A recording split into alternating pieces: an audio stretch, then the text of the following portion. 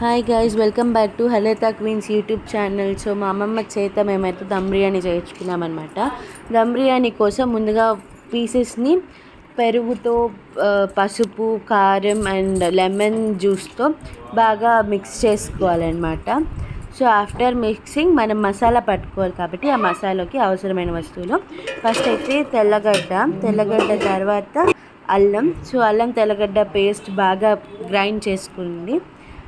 ఆ తర్వాత మా అమ్మమ్మ ఈ వీడియోలో అయితే ఫస్ట్ అల్లం తెల్లగడ్డ పేస్ట్ పట్టుకున్నారు, ఆ తర్వాత కోకోనట్ పేస్ట్ పట్టుకున్నారు. So if you want you can both grind it at once అనమాట. సో ఇప్పుడు ఇందులో చూపించినట్టు కోకోనట్ పేస్ట్లో ఇవన్నీ వేయాలన్నమాట. ఫస్ట్ బ్లెండ్గా గ్రైండ్ చేయండి, ఆ తర్వాత అందులోకి మసాలా దినుసులు వేసుకుని గ్రైండ్ చేయండి. సో మనం చికెన్ని మ్యాగ్నేట్ చేయాలి 45 minutes to 1 hour. ఈ 45 minutes to 1 hourలో మనము ఇందులో నెయ్యి, నూనె బోత్ తీసుకొని రెండింటిని ఆ ప్యాన్లో వేసి బాగా వేయించాలన్నమాట. వేయించిన తర్వాత అందులో కొన్ని మసాలా దినుసులు తీసుకోండి. మసాలా దినుసులు ఈ వీడియోలో చూపించినట్టు తీసుకోండి. సో మీకు వీటి పేర్లు తెలియకపోతే కామెంట్ చేయండి. And how many of you know this names అని కూడా కామెంట్ చేయండి. మా అమ్మమ్మ అయితే చాలా మసాలా దినుసులు చేశారనమాట. సో ఈ మసాలా దినుసుల్ని కూడా లైట్ రోస్ట్ చేసుకోండి. ఇవి ఇలా లైట్ రోస్ట్ చేసుకునేసరికి మనం సన్నగా ఆనియన్స్ చాప్ చేసుకొని పెట్టుకున్న ఆనియన్స్ అన్నిటి వీటికి వేసుకోవాలన్నమాట. సో ఈ ఆనియన్స్ని లైట్ బ్రౌన్ షేడ్ వచ్చేంత వరకు వేయించుకోండి. దీని క్వాంటిటీ అంటే అది మీరు తీసుకునే బిర్యానీ క్వాంటిటీ లేదా మీరు తీసుకునే చికెన్ క్వాంటిటీని బట్టి ఉంటుంది.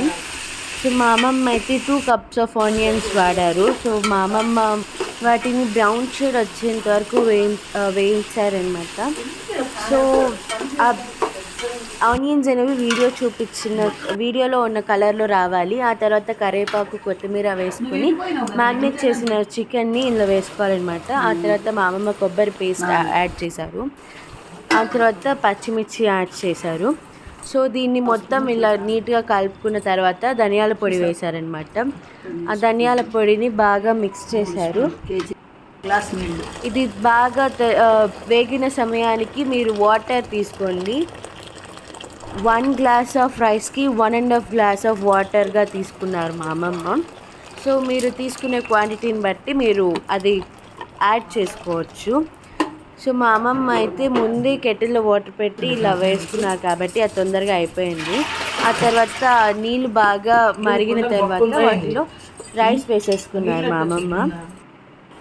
రైస్ వేసుకున్న తర్వాత బిర్యానీని కొంచెం కిందకి మీదకి కలపాలన్నమాట.